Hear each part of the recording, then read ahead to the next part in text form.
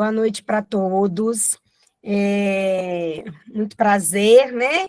Eu sou a Juliane, sou neuropsicopedagoga e hoje eu vou, né, trabalhar com vocês, a gente conversar um pouquinho sobre a comunicação nos autistas, nível 2 de suporte, falar um pouquinho sobre os recursos de comunicação alternativa e outros recursos, né, que podem auxiliar a gente nessa comunicação com os alunos com TEA no contexto escolar. Tá? Eu queria confirmar, todo mundo consegue visualizar minha tela? Sim. Ótimo.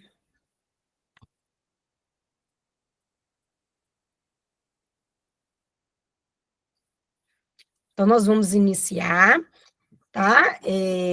Acho que eu nunca tive a oportunidade ainda de estar com vocês, né, aqui de São Tiago. É um grande prazer, tá? Eu sou uma das formadoras da gestão inclusiva.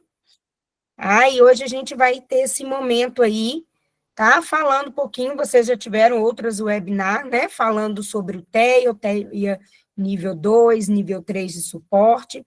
E hoje então a gente vai falar especificamente sobre a comunicação, né? Mas para a gente começar a falar sobre a comunicação, a gente precisa entender, né? Quais são os déficits, né? Eu falo aí quais são os pilares que rege o TEA, né? Quais são os pilares aí do autismo?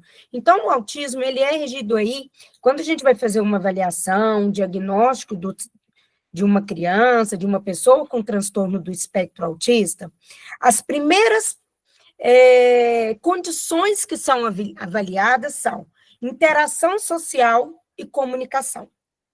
E, consequentemente, um comportamento. Por quê? A gente imagina, uma criança que tem uma dificuldade na interação social e na comunicação, consequentemente, isso vai afetar o comportamento, né? Então, aqui a gente tem essas duas setinhas aí, mas eu puxaria mais uma setinha para baixo como comportamento. Então, o que é o autismo? O autismo nada mais que é isso, que são déficits, né, nessas três áreas, interação social, comunicação e comportamento. Juliane, mas essas outras questões da sensibilidade, hipersensibilidade, seletividade alimentar, dificuldade na aprendizagem, isso é comorbidade, tá? Isso não tem a ver com TEA, mas a gente vai ver que a grande maioria, né, mais de 85% das pessoas com TEA tem alguma comorbidade. Tá? Então, mas os três pilares do TEA são esses três pilares. Onde que a gente vê muito isso? Apenas assim, a gente fala como se fosse aquele TEA cru, né? Apenas ele, quando é o TEA nível 1 de suporte. Tá? Então, geralmente a gente vê os déficits apenas nessas três áreas, sem comorbidades. Do nível 2, do TEA nível 2 para o nível 3 de suporte, existe uma grande probabilidade, né, de ter alguma comorbidade, tá? Que às vezes é o nosso grandes desafios dentro da sala de aula. Não são os comprometimentos que o TEAS traz, mas sim as comorbidades que ele traz junto, tá bom? E aí a gente vai, como a gente hoje, nosso tema é mais voltado para a comunicação, a gente precisa entender primeiro, né, o que seria fala, o que é linguagem. Eu não sei se vocês já viram, né, muitos autistas, por que a gente precisa diferenciar o que é fala, o que é linguagem e o que é comunicação. Por quê? A gente tem muitos TEAs que, por exemplo, que eles falam, que eles são verbais, porém eles não se comunicam bem. Porque existem dois tipos de comunicação, de linguagem, né? Que é a linguagem receptiva. Que é a linguagem receptiva? É aquela linguagem de eu compreender o que as pessoas falam, compreender os comandos, né? Então, isso é a linguagem receptiva. E a linguagem expressiva, né? Que é expressar os meus sentimentos, as minhas vontades. Então, a gente tem esses dois tipos de comunicação. E, muitas das vezes, essas duas comunicações que estão deficitárias nas pessoas com TEA nível 2 de suporte. Nível 2 e nível 3, tá? E aí, você fala assim, mas ela fala, né? Falar é diferente de comunicar. Não sei se vocês já ouviram uma expressão, um termo chamado ecolalia. Vocês já ouviram esse termo? Ecolalia. A criança ela tem muita ecolalia. Já ouviram essa palavra? Sim. Então, ecolalia é o quê? Nada mais é do que repetição de falas, de palavras, de frases, porém sem funcionalidade. Ou seja, aquela criança ela repete as falas, por exemplo, a fala de um desenho animado, que ela vê com frequência. A fala, às vezes você pergunta ela assim, você quer água? A criança vai e responde assim, você quer água? Aí se você fala assim, você não quer água? Ela responde, você não quer água. Então, ou seja, ela fala, mas ela não comunica com funcionalidade. Ela não tem uma boa comunicação, mesmo ela sendo verbal. Mas daí, da mesma forma que a gente tem crianças que são não verbais, né? E que às vezes se comunicam melhor do que as que são verbais, utilizando aí outros recursos de comunicação, né? Alternativa, que seja através de gestos, de símbolos, de expressões faciais, expressões corporais, né? Que tudo isso é comunicação. Tá? Então, a gente precisa diferenciar isso. Então, o que é fala, o que é linguagem e o que é comunicação. Tá bom? E aí a gente vem. Então, falar, comunicar e ter uma linguagem funcional, ela é importante para qualquer ser. Né? Porque imagina, gente, uma criança, né, que não consegue se comunicar.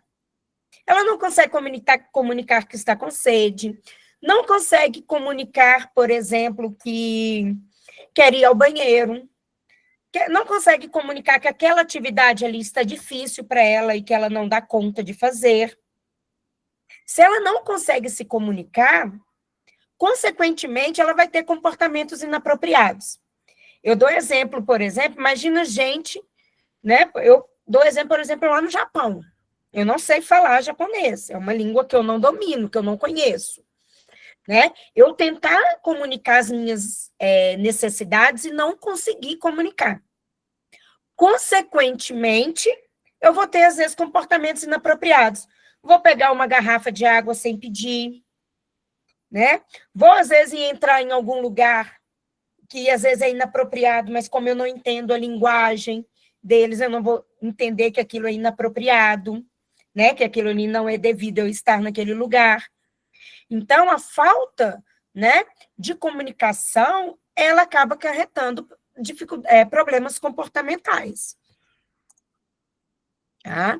E aí, quando a gente tem o desenvolvimento da linguagem, né, de uma criança, principalmente aí quem trabalha com a parte da educação infantil, precisa entender esses marcos do desenvolvimento da comunicação, da linguagem. Eu falo que os marcos, quem trabalha principalmente com a educação infantil, os marcos do desenvolvimento deveriam ser andados assim, debaixo do braço. Todos deveriam saber. Por quê? Existe aquela questão. Boa noite. Assim, olha, cada criança tem seu tempo. Certíssimo, cada criança tem seu tempo. Tem crianças que começam a falar com 9 meses, né? Tem crianças que começam a falar um pouco antes, tem crianças que vão falar aí com 1 ano e 2 meses, certo? Ainda está ali dentro daquele marco do desenvolvimento. Mas quando a gente observa a criança, olha, 2 anos, 1 ano e 8 meses, né?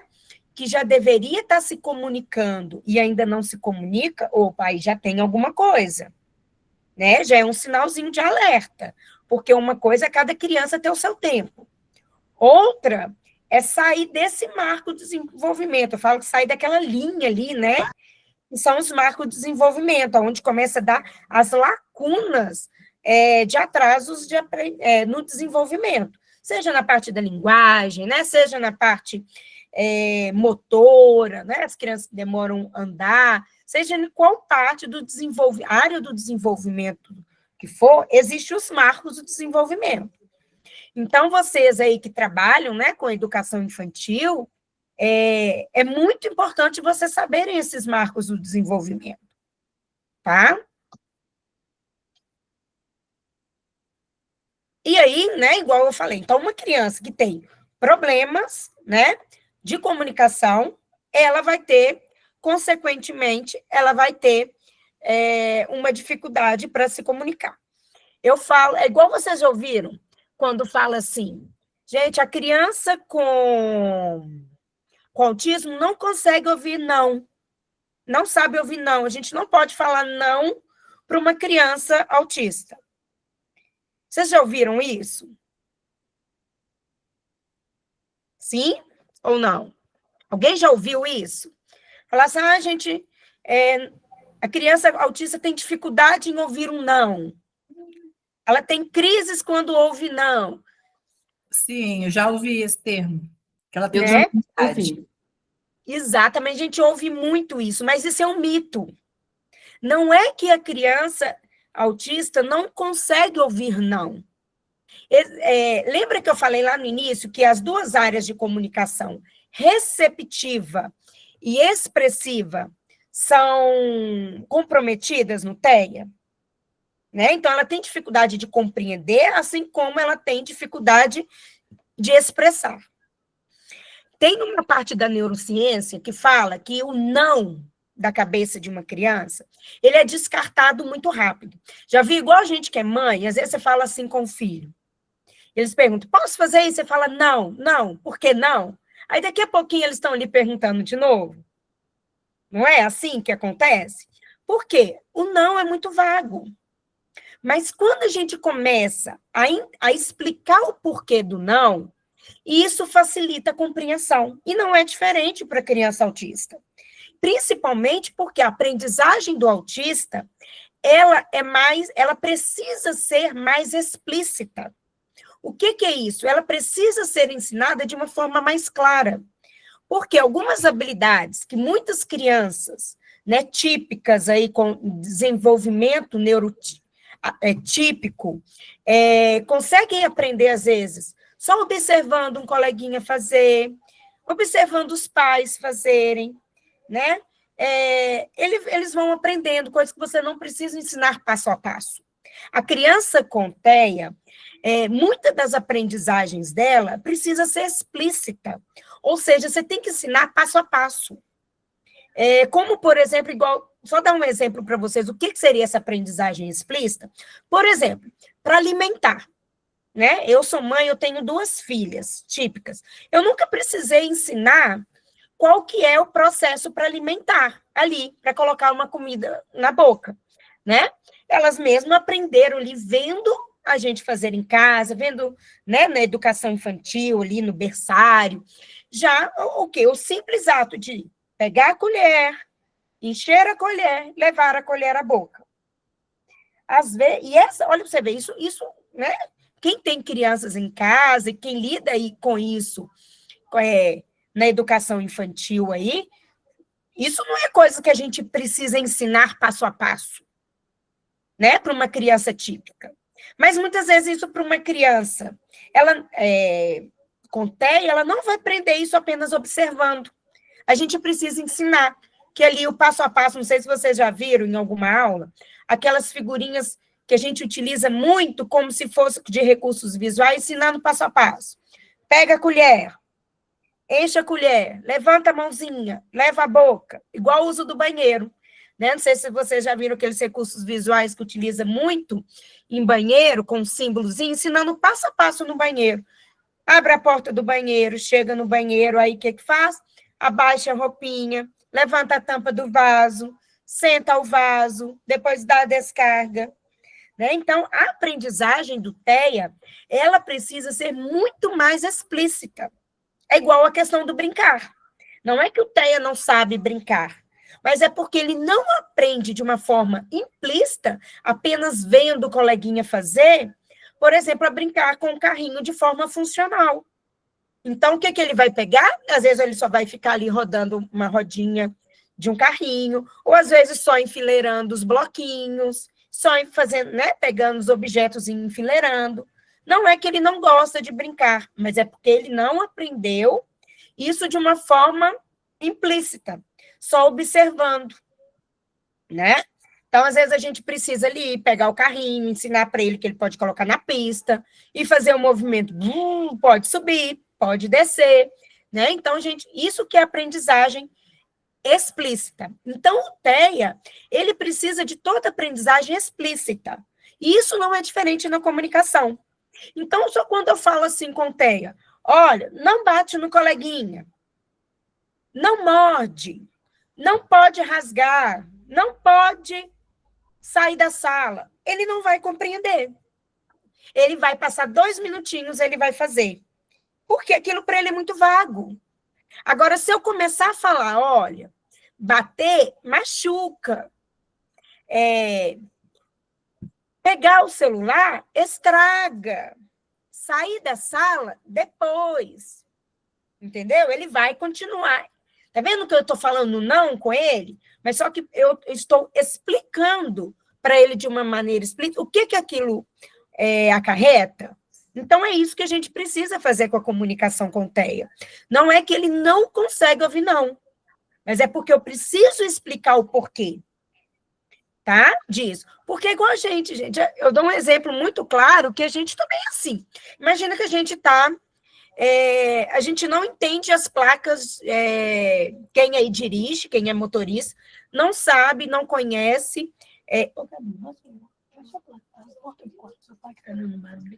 A gente não entende, por exemplo, que tem uma placa lá de proibido estacionar. Por que eu não estaciono ali? Naquela vaga, por exemplo, eu cheguei atrasada para dar aula, eu não vou estacionar naquela vaga onde está proibido, porque eu sei o que aquilo ali vai me acarretar, que aquilo ali é proibido, que eu vou tomar uma multa, né? Que meu carro pode ser guinchado, não é assim? Então, eu já sei as consequências, por isso que eu não paro em um proibido estacionar. Então, a gente precisa ensinar esses comportamentos através da linguagem, da comunicação, para as nossas crianças com TEA. Então, só falar com ele, não morde o coleguinha, não vai resolver. Vai passar 2 minutinhos, provavelmente, se ele tiver oportunidade, ele vai morder. Não joga no chão, não sai da sala, não levanta. Ele, com certeza, ele vai ter esse comportamento novamente, né? E aí a gente vai achar que é porque ele está descumprindo as regras. Mas, na verdade, não é isso, porque muitas das vezes a probabilidade de ele não ter compreendido o comando e saber as consequências, o porquê daquilo não poder fazer, que vai gerar ele repetir aquele comportamento. Tá? Gente, se tiver alguma dúvida, pode ir mandando no chat, pode ir falando, pode me interrompendo, tá bom? Tranquilo até agora? Então, vamos desmistificar esse mito, tá? Que a criança com TEA não consegue ouvir não. Ela consegue ouvir não, sim. Só que a gente tem que ser claro com ela na comunicação. E toda comunicação com a criança com TEA precisa ser clara, ser explícita. Existe uma regrinha, que chama uma regrinha mais um. Qual que é essa regrinha mais um? A nossa grande parte, né, dos nossos nível 2, nível 3 de suporte de TEA, muitos não são verbais, e os que são verbais ainda não têm uma comunicação funcional, né? Não comunica com funcionalidade. E aí a gente utiliza uma regrinha, que é essa regrinha mais um. O que é essa regrinha mais um? Que é assim, se a criança não fala nenhuma palavra, eu vou comunicar com ela com uma palavra. Por exemplo, então ela é não verbal, né? Ela não verbaliza nenhuma palavra. Então, eu vou comunicar, vou dar os comandos para ela, sempre com uma palavrinha. Então, por exemplo, sair, recreio, pintar, água, né? Estraga, igual quando falar que não pode, machuca. Então, por que essa regrinha mais um? Porque eu vou estar ajudando a compreensão, porque se ela não é verbal, provavelmente ela tem um comprometimento na sua linguagem expressiva e receptiva, ou seja, de comunicar e compreender o que é falado com ela. Então, se eu reduzo essa comunicação em palavras, eu ajudo ela a compreender. Mas por que, então, que eu não vou falar com ela, tentar comunicar com ela também sem usar uma palavra? Por quê? Eu vou estar também dando um modelo de comunicação para ela, estimulando para que ela desenvolva, né, a fala, né, aumentando o repertório comunicativo dela. Então, se ela não fala nenhuma palavrinha, é importante que eu dê os comandos para ela sempre com uma palavra, né? Então, brincar, recreio, lanchar, né? Então, sempre com uma palavrinha. Ah, mas então ela comunica com uma palavra. Ela fala uma palavrinha, então eu vou comunicar com ela com duas, né? Regrinha mais um. Então, se ela fala água, eu já vou falar assim, beber água, né? Levantar agora, vamos colorir, né? Então, por quê? A intenção é aumentar o repertório comunicativo dela. Então, eu estou dando um modelo para ela ampliar essa comunicação, esse repertório comunicativo dela. Entenderam essa regrinha? Então, eu falo que essa é uma regrinha de ouro para a gente utilizar com os nossos alunos, principalmente em sala de aula. Por quê? Muitas das vezes, né, o não cumprimento de regras, o não cumprimento de comandos é pela falta de compreensão. Porque imagina, eu falo assim, olha, imagina, o aluno não fala nada, ele é não verbal, e eu dou um comando assim, João, levante da sua cadeira agora, pega o caderno e guarde na mochila. Ele já se perdeu, no meio do caminho ele já não compreendeu nada. E aí ele não vai fazer. Aí a gente vai achar, esse menino ele não gosta de cumprir regras. Ele não segue os comandos. Mas não é isso, é porque ele não compreendeu. Na grande maioria das vezes é porque ele não compreendeu o comum. Ok? E aí, né, então a comunicação, ela é importante para todo tipo de interação.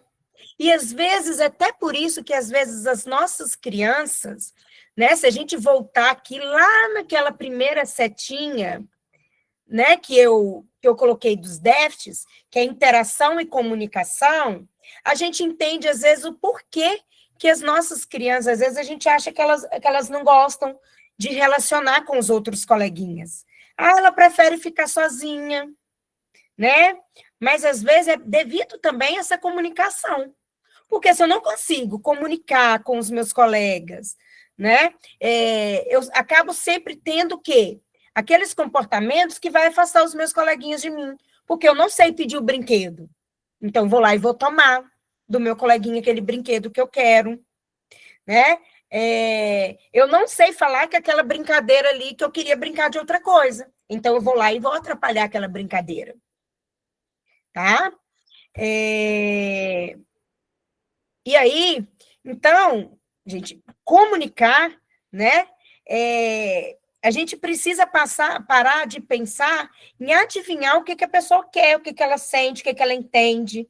Eu não sei se vocês recebem, mas às vezes a gente recebe muitas famílias que falam assim: nossa, mas eu entendo tudo que o meu filho quer. Mas só que a família precisa entender que ele não precisa comunicar apenas. Por quê? A gente conhece os filhos da gente, né? Às vezes, com o olhar, a gente já sabe o que os filhos da gente querem. Com o gesto, a gente já vai compreendendo, né, o que ele quer. Mas só que se a gente pensar ali, né, nas interações sociais, como que vai ser isso? Não dá para a gente ficar tentando adivinhar, né? E aí, imagina esse tentar. Imagina você querendo alguma coisa e a pessoa começa assim, você quer água? Você quer ir ao banheiro? Ah, você quer sair da sala? Você quer ir para o parquinho? Esse tentar adivinhar e a pessoa não conseguir. Imagina, isso aí o que acontece? A criança, quando a gente vai tentando adivinhar o que ela quer, ela acaba tendo assim, opa, chega. Aí ela vai lá e empurra, né? Porque se tentar adivinhar é muito ruim. Então, por isso que é importante a gente tentar estabelecer um tipo de comunicação. E a comunicação, então, ela não é só verbal. Existem vários tipos de comunicação, né? Dentre elas aí, deixa eu botar aqui, porque eu estou tendo que sair. Dentre os nossos tipos de comunicação, né, a gente tem aí as expressões faciais, os gestos, vocalizações, olhares, isso tudo possibilita a comunicação, além dos símbolos, né? E aí a gente precisa compreender, então, que os comportamentos, existe, então, uma relação direta entre os comportamentos agressivos, os comportamentos inapropriados, os comportamentos indesejados do TEA e a comunicação. Né? Então, existe uma relação direta entre comportamento e comunicação. Tá? Mas aí, se a gente pensar, Juliana, então, o que a gente vai fazer? Né? Como que a gente pode pensar, né? Já que essa criança ela não fala, como que a gente pode pensar em substituir, né? Contribuir para que ela possa se comunicar de uma forma mais funcional? Aí existe a comunicação alternativa suplementar. O que é alternativa suplementar? Existe um mito aí que se acha que a comunicação alternativa suplementar é aquela que ela inibe a fala. Não, é o contrário. A gente tem em clínica muitas experiências com muitas crianças que às vezes comunicava só com uma palavrinha, né, ou balbuciava, e a gente entrou com a comunicação alternativa suplementar e essa criança desenvolveu a fala. Porque, às vezes, muitas famílias têm esse preconceito, né, de achar, não, nossa, ela vai usar a comunicação alternativa, suplementar, isso vai inibir a fala. Não. Por quê? Através da comunicação alternativa suplementar, a gente modela a linguagem, tá? Então, ela pode ser temporária, né? Aquela criança, às vezes, que eu começo a trabalhar com ela comunicação, até ela ter uma compreensão melhor da linguagem, e depois disso eu consigo tirar, né? Ou tem pessoas que vão permanentemente, né? Vão utilizar essa comunicação alternativa por toda a vida, porque a gente sabe que tem crianças que vão chegar à fase adulta sem desenvolver a fala, né? Ou não vão conseguir desenvolver uma fala com funcionalidade, principalmente quando são crianças que não são bem assistidas, que faz toda a diferença. Infelizmente, a gente sabe que nem todas as nossas crianças têm acesso às terapias adequadas que deveriam, né? Infelizmente. Então, pode ser que crianças, elas vão ficar muito tempo, né? Vão passar a vida aí e vão precisar de uma comunicação alternativa, né? Por grande parte da sua vida, tá? E aí, então, o que a gente pode fazer, né? Para promover essa comunicação, principalmente no contexto escolar, que é o nosso foco aqui hoje. Né? O primeiro, onde a gente geralmente inicia, quando a criança... Olha esses símbolos nesse slide. É complexo, não é? Se eu colocasse esses símbolos somente aqui para vocês conseguiriam decifrar, sem a frase em cima, o que esse símbolo queria dizer? É bem complexo, né? Talvez o mais fácil aí seria esse primeiro, que é uma interrogação. Eu estaria fazendo uma pergunta. Então, imagina a gente já começar a oferecer esses símbolos para a criança, sendo que ela ainda não tem essa parte de simbolismo ainda. Ainda ela não reconhece um desenho. Às vezes ela ainda não reconhece imagens, figuras. Então, quando a criança ainda está nesse nível, às vezes eu preciso começar a trabalhar com ela com objetos reais. Nossa, Juliana, mas é difícil. Eu sei que é difícil, mas às vezes, o que a gente trabalha? Com fotos reais. Por exemplo, criança que não tem simbolismo, eu quero montar uma rotina, a rotina da escola, né, escolar com ela, que é uma ótima estratégia para a criança desenvolver a rotina escolar, é trabalhar a rotina visual. Não sei se vocês já viram, vou até mostrar depois um modelinho para vocês. Por quê? A partir da rotina visual, a criança vai compreender e ter previsibilidade daquilo que a gente espera que ela faça. Isso, quando eu utilizo a rotina visual, eu aumento o tempo de sala, o tempo de mesa, né? O tempo de funcionalidade em alguma atividade, tá? Que eu vou mostrar para vocês. Mas só que se às vezes eu colocar figurinhas, símbolos, ela não vai compreender. Então, às vezes eu preciso começar com objetos reais, por exemplo. Momento da escovação, eu posso pegar lá, colocar lá na rotina, uma escovinha de dente. Momento do lanche, pegar um rótulo de um alimento que ela come, né, que ela tem conhecimento, ou uma miniatura de uma fruta, né? O parquinho, geralmente tirar foto do parquinho mesmo da escola, né? Para a gente começar a ilustrar a rotina, por exemplo, com coisas mais reais, símbolos mais idênticos, similares com a realidade. Tá? Então, a gente trabalha muito com miniaturas, que é uma das opções, com objetos aí reais, espaciais, igual eu já falei, olha, as fotos, tá? E aí, a gente vem muito para o símbolo gráfico. Símbolo gráfico a gente utiliza muito. Ah, Juliana, mas isso é papel da Fono introduzir, por exemplo, uma prancha de comunicação alternativa. Sim, sim, né? A criança precisa estar em acompanhamento com uma fono para se introduzir um sistema de comunicação. Mas eu posso utilizar desses recursos dentro de sala de aula para nos ajudar. Existe um programa, eu até coloquei aqui escrito para vocês, que chama Arazaki. Esse programa, gente, ele é maravilhoso. Esse programa é um programa gratuito, onde a gente encontra essas figurinhas. E eu falo, às vezes, eu até dou dica para os professores, mesmo que não tenha um aluno com TEA, porque às vezes a gente vai fazer uma matriz, fazer uma atividade, a gente fica ali no Google procurando imagens, né? E a gente acha uma imagem desfalcada, imagem que a gente queria só preto e branco, a gente só acha colorida. Nesse programa, chamado Arazaki, a gente encontra tudo quanto é tipo de símbolos e desenhos que vocês imaginam. Então, se eu desenhar lá, se eu colocar lá, por exemplo, brincar, vai aparecer os símbolos em um monte de coisas de brincar. Aí você vai escolher qual ali que identifica mais com o que vocês querem, né? Se eu colocar a palavra assim, eu acho legal, por quê? Nele vocês conseguem editar o desenho. Por exemplo, se eu quiser colocar o desenho preto e branco para criança colorir, posso. Ah, eu quero representar a menina, né? Representar a criança que eu trabalho.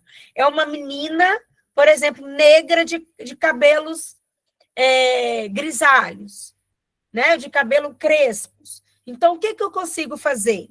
Lá na figurinha, eu consigo colocar a criança com as características que eu quero. Só com o cabelo curto, cabelo longo, cabelo preto, cabelo loiro, a cor da pele. Eu consigo fazer essas modificações lá no programa mesmo. Aí eu vou, copio, colo, jogo lá no Word e tenho as figurinhas que eu quero.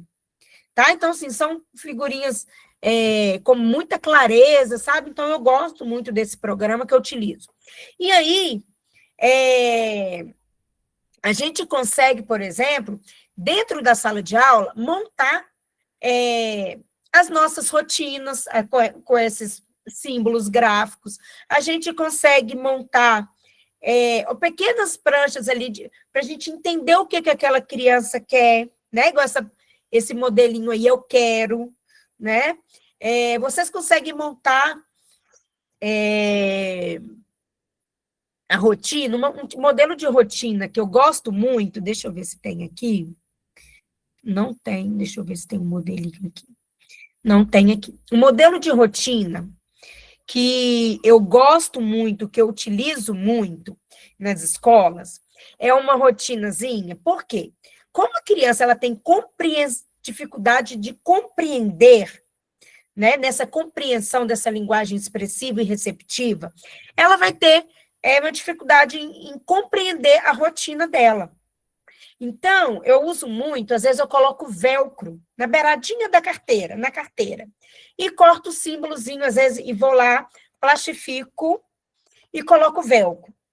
E coloco ali no cantinho da carteira, embaixo assim, recorto, às vezes, uma caixinha de leite, recorto a caixinha de leite e prego. Faço como se fosse uma caixinha do acabou, ou um envelopezinho. Então, todo dia eu chego ali com aquela criança e monto a rotina ali na mesa dela. Por quê? Ela precisa ter aquilo ali visualmente claro. Porque, às vezes, aquela rotina que a professora usa na sala de aula para todo mundo, primeiro que ela não vai conseguir visualizar, às vezes, aquela sala de aula cheia de estímulo, né? Que tem ali rotina, tem calendário, tem dia da semana, tem como a semana, como o dia está, né? O alfabeto, números, e aí fica aquele aniversariantes do mês, né? Geralmente isso que tem, aquele tanto de coisa, informações dentro, principalmente de salas de educação infantil, e os primeiros anos aí, e aí a criança, aquilo ali, é só mais uma informação para ela. Mas quando ela tem aquela rotina ali, ó, bem próxima dela, ela consegue visualizar e seguir aquilo ali melhor. Então, por exemplo, eu cheguei com a criança, coloquei ali na mesinha esse velcro, né? Eu falo velcro, pode ser um durex, né? Alguma outra maneira que vocês acham, né? Que seja mais acessível dentro da realidade de vocês, e coloco ali, olha, hoje, primeiro, nós vamos fazer a rodinha, depois a contação de história, depois tem atividade, depois massinha, recreio, lanche, né? Não sei a rotina de vocês. E aí você montou com aquela criança, sempre no início da aula, vai tirando, colocando na caixinha do acabou aquilo que ela já fez. Então, vamos supor, acabou a hora da rodinha, você vai tirar aquela atividade, colocar na caixinha ou no envelopinho do acabou. E vai fazendo isso, aumenta a previsibilidade. E vocês vão ver como que é uma estratégia que ajuda muito a gente a conseguir maiores tempos funcionais com a criança dentro da sala de aula. Porque ela vai conseguindo compreender e vai conseguindo ter previsibilidade. Por quê? A criança, né? Eu estou falando criança, gente, mas isso serve para adolescentes, para adultos com TEA, tá? Que não tem previsibilidade, ela não consegue se organizar. É igual por isso que é outro mito quando se fala assim, a criança autista não gosta, não consegue que mude a rotina dela. Não é que ela não consegue mudar a rotina, é porque ela precisa ter previsibilidade. Por quê? Senão ela não consegue compreender. E ela precisa ter essa previsibilidade de forma explícita. Na verdade, todos nós precisamos ter previsibilidade. Por exemplo, a gente está aqui nessa aula, a gente sabe que às 19h30, 19h35, a gente teve um atraso, 19h35 a nossa aula vai acabar, certo? Imagina se vocês não tivessem previsibilidade, não soubessem que horas que essa aula ia acabar. Vocês toda hora iam me interromper. Juliane, está acabando? Juliane, que hora acaba? Ou então vocês iam levantar, iam sair, iam resolver alguma coisa, iam voltar, iam beber uma água, não é assim? Vocês estão aqui atentos ao que eu estou falando, porque vocês têm uma previsibilidade que daqui a pouco aquilo vai terminar. Vocês sabem, né? E com a criança autista não é diferente. Ela precisa ter essa previsibilidade. Só que essa previsibilidade para ela precisa ser de uma forma mais explícita, né? Então, ela não consegue mudar de rotina, ela consegue. Desde que você mostre para ela de uma forma explícita isso com antecedência. Por exemplo, amanhã a gente vai ao zoológico. Então, já mostrar com ela, trabalhar isso com ela, né? Através de imagens, de figuras, e mostrar para ela que naquele dia vocês vão mudar a rotina. Ok? Então, esses são símbolos, né, pictográficos, que a gente pode utilizar, tá? Olha, aventaizinhos de comunicação, vou passar aqui. Então, as pranchazinhas de comunicação, hoje existem, né? Muito se utiliza hoje recursos de alta tecnologia, principalmente as crianças que utilizam mesmo a comunicação alternativa. Por quê? Hoje, um tablet, toda criança tem, todo mundo tem. Então, se uma criança que utiliza a comunicação alternativa sai com isso aqui, chega com isso aqui no shopping, quando a criança usa, por exemplo, um tablet de comunicação alternativa, esse tablet, ele tem um sistema que é um único, exclusivo, que ele é montado aí, geralmente com a ajuda de uma fono, para aquela criança. E aí, esse é a comunicação, é o sistema de comunicação dela. Nesse sistema, eu não posso colocar, por exemplo, nesse tablet, um YouTube, um joguinho, não. Isso aqui é a fala da criança. Então, ela vai andar. Se ela vai ao shopping, ela vai levar. Se ela vai ao parque, ela precisa levar. Se ela vai à escola, ela precisa levar. Em casa, ela precisa levar. Por quê? Isso aqui é a comunicação. Isso aqui não causa estranheza para ninguém, né? Esses recursos de alta tecnologia. Porque hoje é comum, é normal uma criança ter um tablet. Agora, os recursos de baixa tecnologia, que são aquelas pranchas, né, que se utilizavam muito antes, aquelas pranchas, ou uns fichários, né, que a criança tinha que ir passando as páginas, isso causa mais estranheza. Então, muitas das famílias preferem, que seriam esses aqui, olha, que são essas pranchazinhas. Então, muitas famílias preferem utilizar os recursos de alta tecnologia hoje, do que sair carregando um fichário, ou existem, né? Existem famílias ainda que não têm condição de comprar o tablet, que utiliza tipo esse cordãozinho, igual o cordãozinho girassol, e vai e anexa, e fica aquela, como se fosse uma placazinha, né, de comunicação da criança. Mas isso, né, isso acaba chamando mais atenção, causando aí mais curiosidade das pessoas ao redor, tá? Então, só para exemplificar para vocês. Mas também existem crianças, né, que já leem. Outra coisa que a gente precisa desmistificar é que o registro ele é apenas escrito, né? Então, tem crianças que muitos autistas, eles podem ter como comorbidade a apraxia motora, então elas fazem a pega no lápis com menos firmeza, né? Ela não consegue fazer traçado, e aí a gente vai precisar utilizar letras, números móveis para registro, né? E tudo bem. Tá? Agora, eu quero mostrar para vocês, esse aqui são as pranchas, tá? Com estímulos removíveis. São as planchas temáticas. Olha, o velcrozinho que eu falei com vocês na mesa é mais ou menos um modelinho assim, olha. Mas só que esse aqui tá em uma prancha, por quê? Esse aqui a criança ela tinha uma dificuldade visual. Então a gente usava o plano inclinado para facilitar, né, essa inclinação para facilitar o campo visual dela, tá? Mas aí, Juliane, no dia a dia, como que eu posso utilizar, por exemplo, a comunicação alternativa?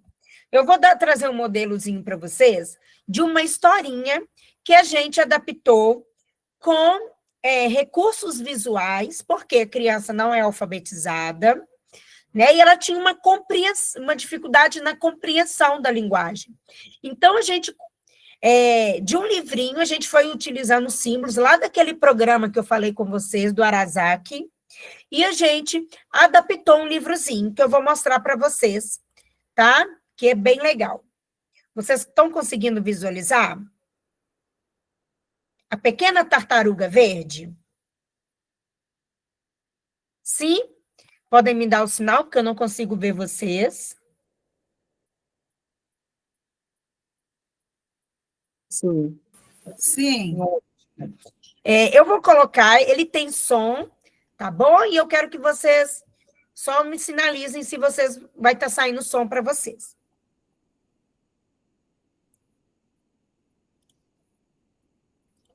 A pequena tartaruga verde. Ó, então, tá vendo? Eu coloquei a pequena tartaruga verde.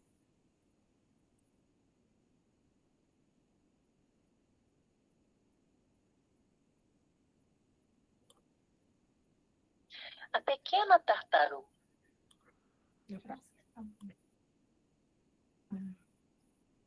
A pequena tartaruga verde, sentada à beira do lago, pensava em seus amigos, cada um diferente em algo.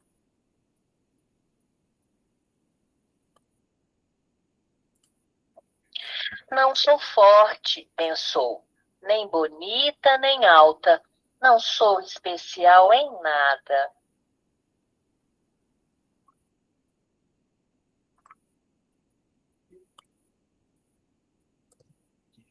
Se ao menos eu fosse linda como o flamingo, com as suas grandes asas de penas rosadas.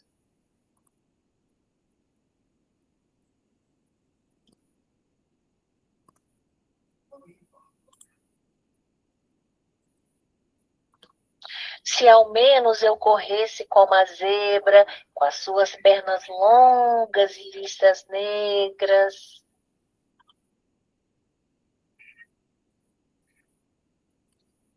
Se ao menos eu fosse alta como a girafa, com as suas belas manchas e o seu pescoço elegante. Pessoal, tá saindo áudio para vocês? Sim. Ótimo. Se ao menos eu fosse forte como elefante, com a sua tromba gigante e o seu bom coração.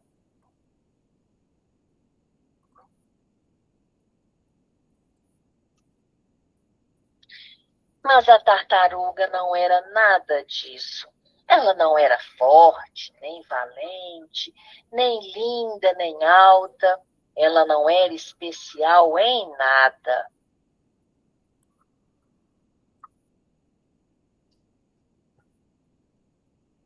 Então, ouviu-se um pum e um trum, e a chuva começou a cair. Splish, splosh, splash.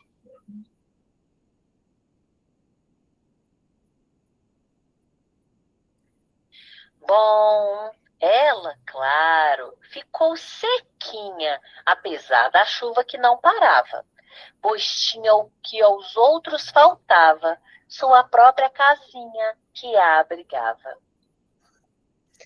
Vendo? Então, olha, eu adaptei as atividades, essa historinha, né, com símbolos, para o quê? Para aumentar a compreensão da criança. Juliana, mas esses símbolos estão difíceis de compreensão.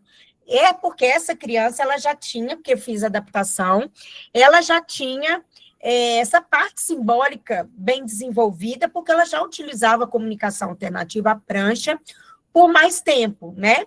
Mas se for uma criança menorzinha, eu posso utilizar símbolos, né?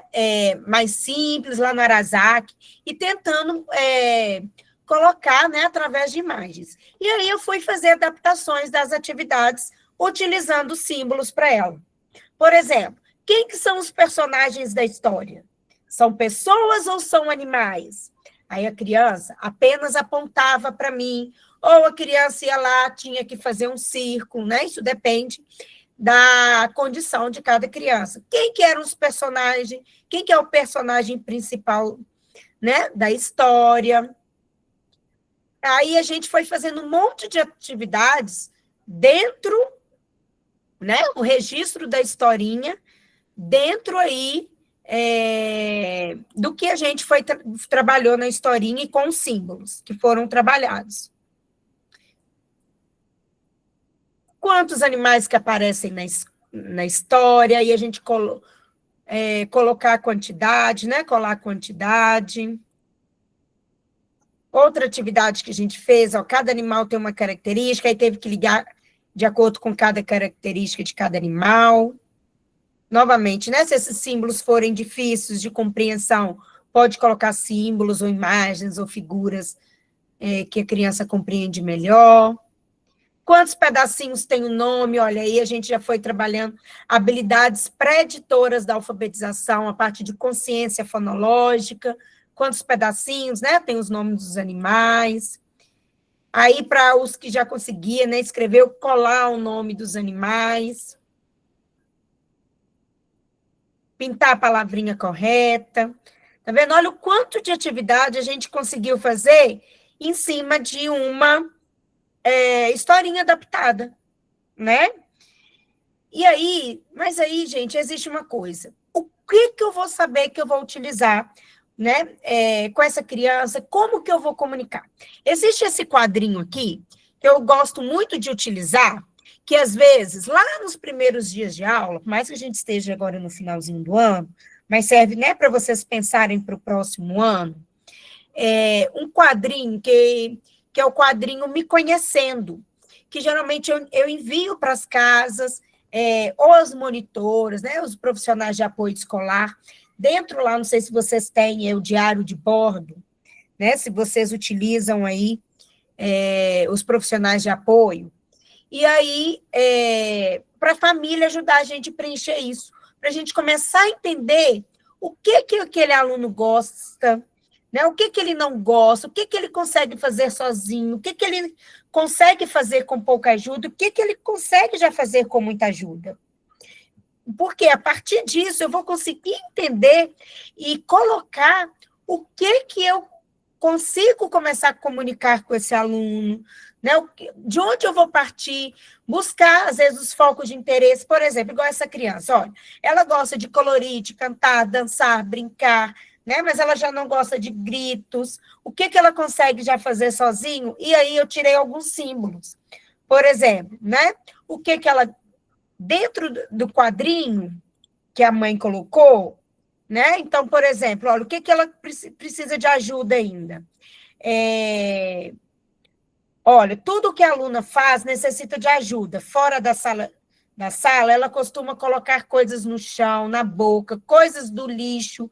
Se vai ao banheiro, coloca a mão no vaso, né? Então, aí, a gente fez alguns símbolos, né, de comunicação para ajudar ela nessa compreensão. O que ela deveria fazer no banheiro, quais que seriam, né? O que seria legal para fazer no banheiro e o que seria coisa que não seria legal para fazer no banheiro. E aí a gente foi colocando símbolos, criando símbolos para ela compreender isso, né? Então a gente precisa aí lavar as mãos, a pia. Vocês estão vendo que isso vai muito até de acordo com o que eu falei com vocês lá no início, sobre esse ensino explícito e muitas vezes visual, porque vocês podem ter certeza, a maioria, dentro lá daquele lá, lembra dos 3 pilares? Nunca esqueçam desses 3 pilares, que é do TEA, comunicação, interação e comportamento. Então, se o TEA tem uma dificuldade na comunicação, né, na linguagem expressiva e receptiva, ela vai ter dificuldade na aprendizagem só falada, né? Então, ela aprende muito mais visualmente do que oralmente. Então, a grande maioria, eu falo aí que mais de 90% dos autistas, eles vão aprender mais vendo do que ouvindo. Então, por isso que os recursos visuais são tão importantes quando a gente fala de TEA, né? Seja eles para comunicação, para tudo, né? Então, sempre explorem muito os recursos visuais com o autista, tá? Deixa eu ver aqui, que a gente já está finalizando. Olha, um outro aluno que a gente pegou, né, de um nível aí mais da educação infantil, que a família colocou, o que ele gosta? Assistir desenho, o que ele consegue fazer sozinho, comer, o que ele consegue fazer, porque ele ainda, porque a gente precisava ainda dar um pouco de suporte, o comer, né? Ele comia algumas coisas sozinho, mas ainda em alguns momentos ele precisava de ajuda. O que ele conseguia fazer, consegue fazer com muita ajuda? Articular a fala. Então, ele ainda não comunicava. E aí a gente foi em cima disso, fazendo, né?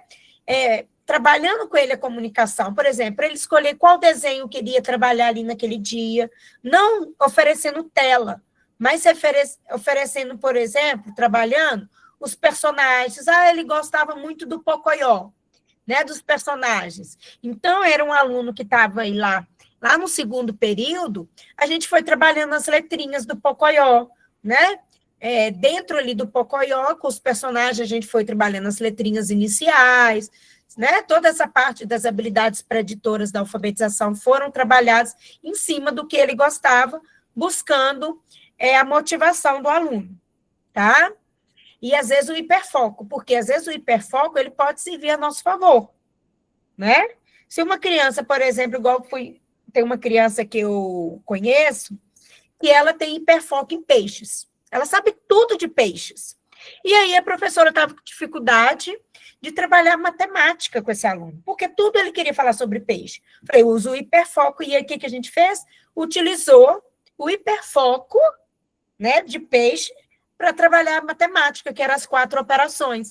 Então, a professora foi trazendo desafios matemáticos, probleminhas, operações, voltado para falando em peixes, né? E aí ela conseguiu trabalhar, por exemplo, as habilidades que eram as 4 operações com ele, né? Usando o hiperfoco, tá?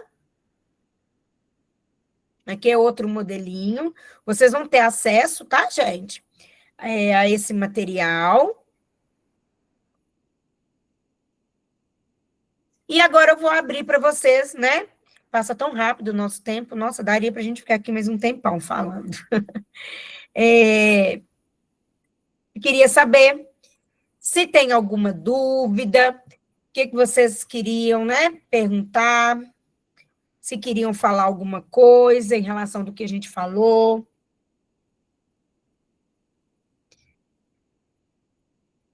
Podem falar, podem escrever, deixa eu ver o chat aqui, se tem alguma coisa. Boa noite.